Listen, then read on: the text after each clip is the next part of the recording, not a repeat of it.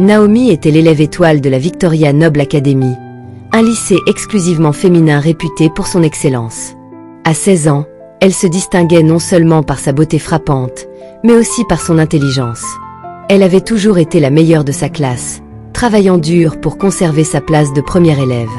Chaque jour, Naomi se réveillait tôt, enfilait son uniforme impeccable et se rendait à l'école avec détermination.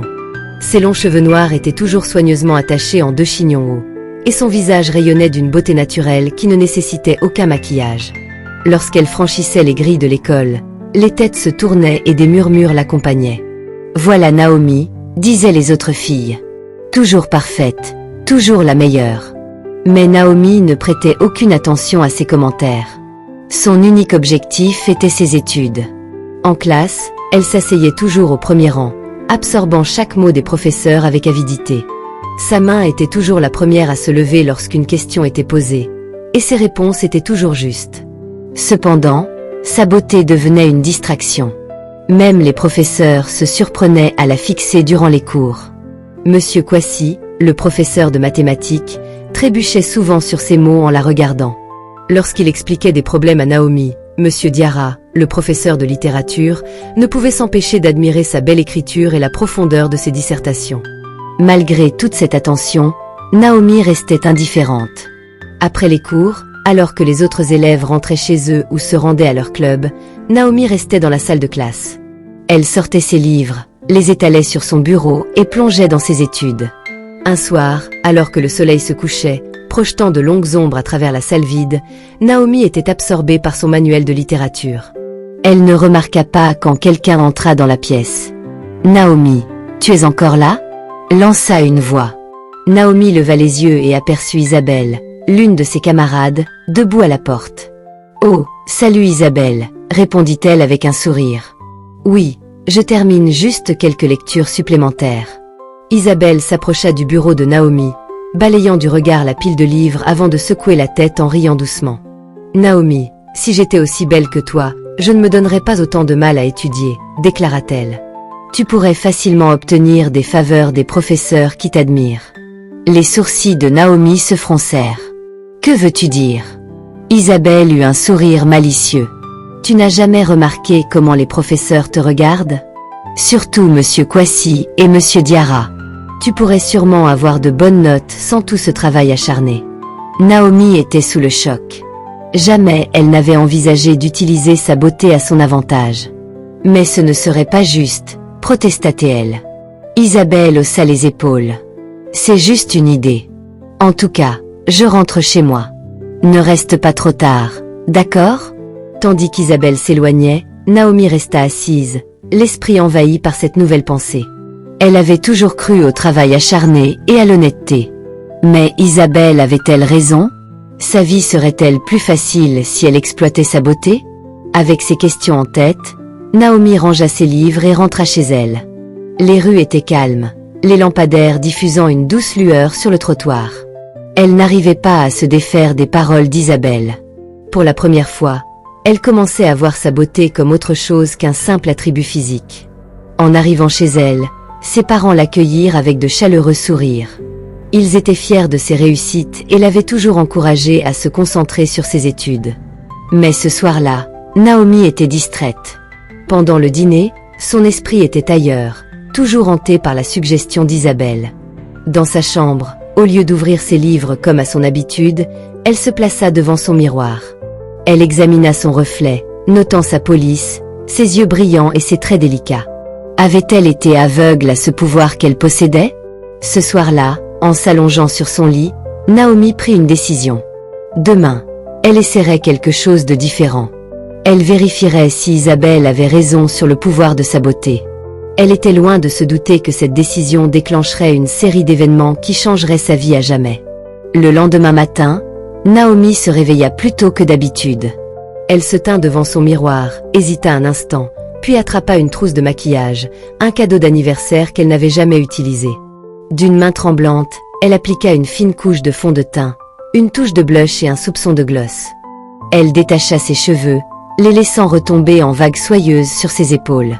Dès qu'elle pénétra dans l'enceinte de l'école, elle sentit la différence immédiatement. Plus de regards se tournaient vers elle que d'ordinaire, et les murmures semblaient plus insistants. Même certains professeurs lui jetèrent un second regard en la voyant passer. En cours de mathématiques avec M. Kwasi, Naomi décida de mettre la théorie d'Isabelle à l'épreuve. Lorsque le professeur distribua un contrôle surprise, elle sentit un moment de panique. Elle n'avait pas étudié pour cela. Mais alors, elle se souvint des paroles d'Isabelle. Au moment où M. Kwasi ramassait les copies, Naomi leva les yeux vers lui et lui adressa un sourire doux. « Monsieur Kwasi, dit-elle doucement, j'espère avoir bien réussi ce test. Je tiens vraiment à garder de bonnes notes dans votre cours. » Le professeur parut troublé. « Je suis sûre que tu t'en es bien sortie, Naomi. Après tout, tu es ma meilleure élève. » Le lendemain, lorsque M. Kwasi rendit les copies notées, Naomi fut surprise de voir un score parfait sur sa copie. Elle savait qu'elle n'avait pas répondu correctement à toutes les questions. Se pouvait-il qu'Isabelle ait eu raison? Encouragée par ce résultat, Naomi adopta la même approche avec d'autres professeurs. Un sourire par-ci, un mot gentil par-là. Et soudain, elle se retrouva à obtenir de bonnes notes à des tests pour lesquels elle n'avait pas étudié. Au début, cela lui sembla être un soulagement. Elle pouvait enfin se reposer au lieu de passer des nuits blanches à réviser. Au fil des jours, Naomi se reposa de plus en plus sur son apparence. Elle étudiait moins, convaincue qu'un simple sourire ou un battement de cils suffirait à maintenir sa première place. Et pendant un moment, cela fonctionna. Mais Naomi ne remarqua pas la rançéure grandissante parmi ses camarades. Les filles qui l'admiraient auparavant chuchotaient désormais dans son dos.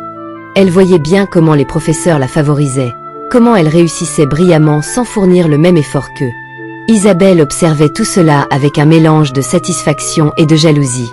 Elle avait lancé ce plan, mais elle ne s'attendait pas à ce que Naomi y réussisse si bien. Alors que les notes de Naomi restaient élevées alors qu'elle étudiait de moins en moins, l'envie d'Isabelle grandit. Un après-midi, alors que Naomi quittait l'école, elle entendit deux professeurs discuter dans une salle vide. Elle s'arrêta devant la porte, tendant l'oreille. « As-tu remarqué le comportement de Naomi ces derniers temps ?» demanda M. Diarra. « Oui, c'est un sacré changement, » répondit M. Kwasi. « Elle semble davantage utiliser ses charmes. Cela devient un problème. Les autres élèves commencent à se plaindre. Ils pensent qu'on la favorise, » dit M. Diarra. « Eh bien, peut-on leur en vouloir ?» ricana M. Kwasi. « C'est une belle jeune fille. Mais tu as raison, nous devons être prudents. Peut-être pourrions-nous l'attirer à l'hôtel ce week-end. Tu sais, régler cela en dehors de l'école. » Le cœur de Naomi s'emballa tandis qu'elle s'éloignait précipitamment de la porte. Pour la première fois, elle ressentit un mélange de culpabilité et de peur. Dans quoi s'était-elle embarquée? Cette nuit-là, Naomi ne trouva pas le sommeil. Elle se tourna et se retourna dans son lit, repensant à ce qu'elle avait entendu. Les professeurs remarquaient son comportement et pire encore, ils semblaient attendre quelque chose en retour pour leur faveur. Ce n'était pas du tout ce qu'elle avait imaginé en commençant ce jeu. Le lendemain, Naomi se sentit mal à l'aise sous le regard de ses professeurs. Chaque sourire, chaque compliment semblait désormais chargé d'une attente implicite. Elle comprit qu'elle avait ouvert une porte qu'elle ne savait pas comment refermer. Après les cours, Naomi chercha Isabelle. Elle la trouva assise sous un arbre dans la cour, en train de faire défiler son téléphone. « Isabelle, il faut que je te parle, » dit Naomi d'une voix tremblante. Isabelle leva les yeux, un léger sourire aux lèvres. « Qu'est-ce qu'il y a, reine de beauté? Tu profites bien de ta nouvelle vie? Je crois que j'ai fait une erreur. » Les professeurs, ils commencent à attendre plus que de simples sourires en échange de leur faveur. « Qu'est-ce que tu veux dire? » demanda Isabelle. « Je les ai entendus parler, » expliqua Naomi. « Ils s'attendent à ce que je leur donne plus. Je ne sais pas quoi faire.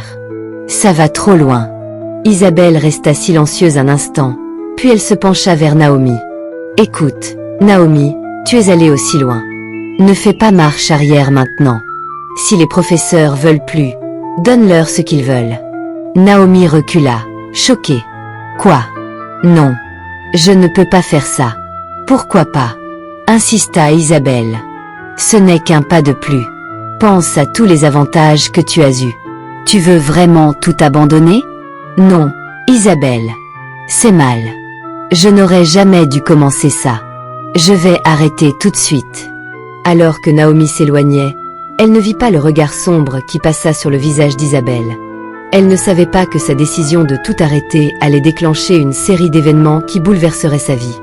Le lendemain matin, Naomi se réveilla déterminée à remettre les choses en ordre.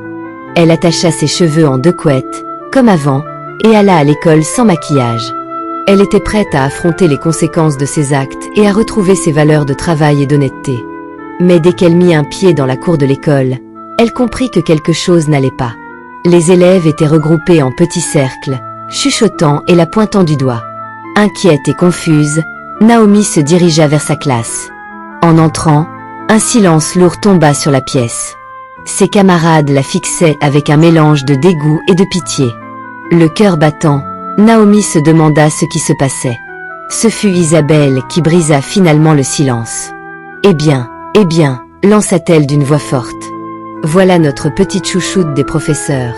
Ou devrais-je dire, notre petite prostituée? Naomi eut l'impression d'avoir reçu une gifle. Qu'est-ce que tu racontes?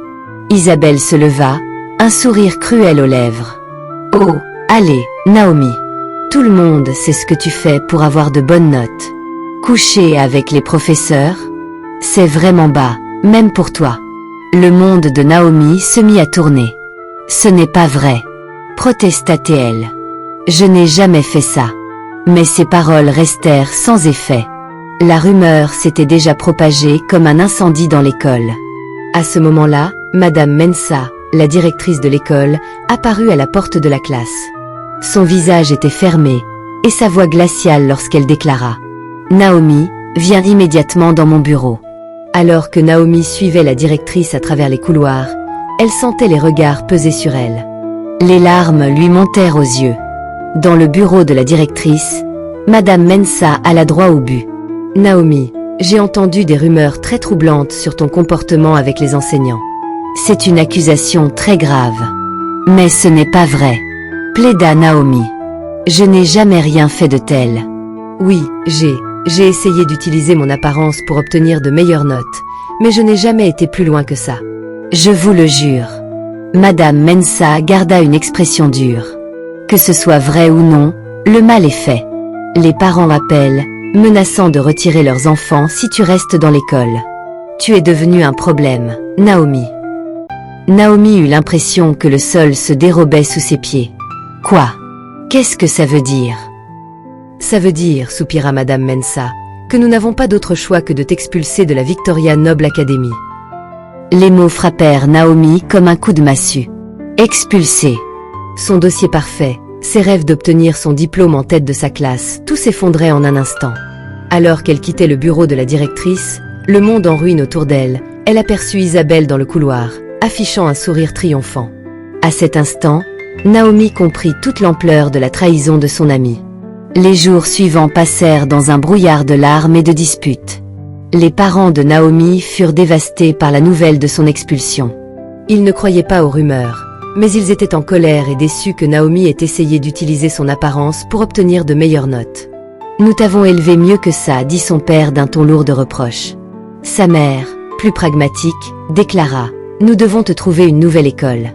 Tu ne peux pas laisser cet échec ruiner ton avenir. » Après plusieurs jours de recherche et de nombreux refus, les parents de Naomi réussirent à l'inscrire à Ika High School, un établissement public bien loin du prestige de la Victoria Noble Academy. Debout devant les grilles d'Ika High School pour son premier jour, Naomi se sentait comme une autre personne. La Naomi confiante et brillante de sa classe avait disparu, laissant place à une fille perdue et seule. Mais en prenant une profonde inspiration et en franchissant l'enceinte de l'école, elle se fit une promesse silencieuse. C'était sa deuxième chance. Une occasion de prouver qu'elle était plus qu'un joli visage. Une opportunité de montrer au monde et à elle-même qu'elle pouvait réussir par ses propres moyens. Naomi ignorait encore que son parcours à Ika High School lui réserverait son lot de défis et de révélations. Ce n'était que le début de son histoire.